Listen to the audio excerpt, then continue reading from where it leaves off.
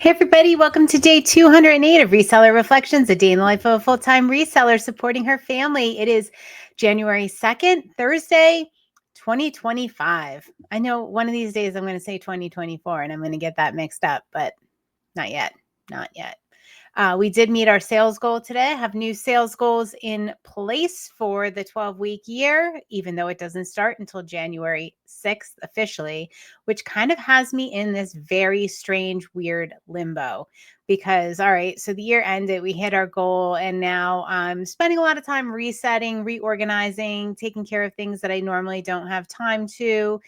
And gosh, I'm just not feeling like listing, even though I know I need to get things, keep things moving. Um, yeah, I'm just feeling like very uninspired to do that. And my helper is waiting for the listings so that he can push them out onto the different platforms from Shopify. So I don't know. I don't know. Maybe I'll be inspired after I'm done here to do this. I am a reset to zero. However, I've done a lot of resetting. I mean, everything. My desk, yeah, just my workspace. I found some gift cards that I swore I didn't have that were my friends. Today during my reset reorganization. So that was kind of cool. She was right all along. I had them. So we're going to have some fun with those. All right. Joining me on the Reset to Zero Challenger, Jill of Rusty Truck Relics, Jason the Santee Swapper, Judith R, Pam of Whimsy and Such, Becky of Becky Consigns, and Lee of Lee Phillips 4191. All right, guys. Hopefully you found some interesting things as you were resetting. I have to say, like, as you're doing this reset, I know quite a few of us are doing a reset for the year. What did you find anything interesting? Did you come across something you didn't expect? Yeah, I have a couple of things that fall into that category. But anyway, all right. So tonight, let's talk a little bit about changes, making changes. A lot of us are resetting. A lot of us are putting new plans in place for the new year or for the 12 weeks if you're doing the 12-week year. And Jason had a really good point today. Kind of love it. Want to remember this one. He said, does that mean we get to say Happy New Year every 12 weeks? And yeah, I think it kind of does. Well, 13 weeks. But yeah, I think we get to celebrate a new year every 13 weeks. How fun is that? All right. If you're curious about what all that is about, hop in our Patreon group and you can get on board for the next 12 weeks. Right now, the 12-week year intensive reseller program is closed for the next 13 weeks, but we will open it back up again after we complete the first 12 weeks, and we can wish you a happy new year too. All right. Changes. So a lot of these changes we're making. I heard this really great podcast. I know a lot of you probably listen to Jay Shetty, the On Purpose podcast. He has a guest who also has his own podcast, Dr. Ranjan Chattery. If I'm saying his name right or wrong, I'm apologize. But fantastic podcast about making changes, establishing new habits. I'm going to link it up in the show notes here. I'm going to link it up at the end of this video.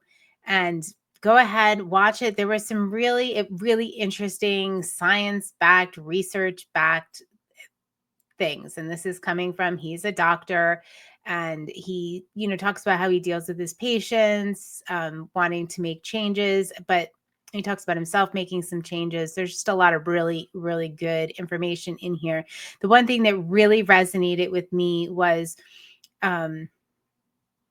like the root cause of like wellness failure or habits really sticking. And I think we all do this, is we do something and then we beat ourselves up when we don't do it. And this kind of reminds me of my episode on failure, because I talk about look back with curiosity and figure out why something didn't work. And I think the same is true with habits. He uses the example of how he was going to meditate like for the year for 30 days. And, January 14th, he missed a day, and it was just like, beat himself up. So what's your thing that you do, and what is that negative self-talk in your head? And we shouldn't be doing that. We should be treating ourselves with compassion like we would with anyone else. You know, we need to treat ourselves as well, if not better, than we treat everybody else. And we need to look back with curiosity, compassion, and know that a big part of resetting is I'm going to read the quote from today: reset, restart, refocus as many times as you need. I've talked about, you can start again in any moment, right? Let's say, you miss a day doing something. That's okay. Like, don't be hard on yourself. Just be like, all right, well, you know what? I didn't feel great today, or I didn't have the sales today, or whatever it is. All right, well, tomorrow I'm going to do it again. I'm going to start again. Let's say I didn't reset to 0 last night. Well, you know what? I could say, oh, well, scrap it. It's all over.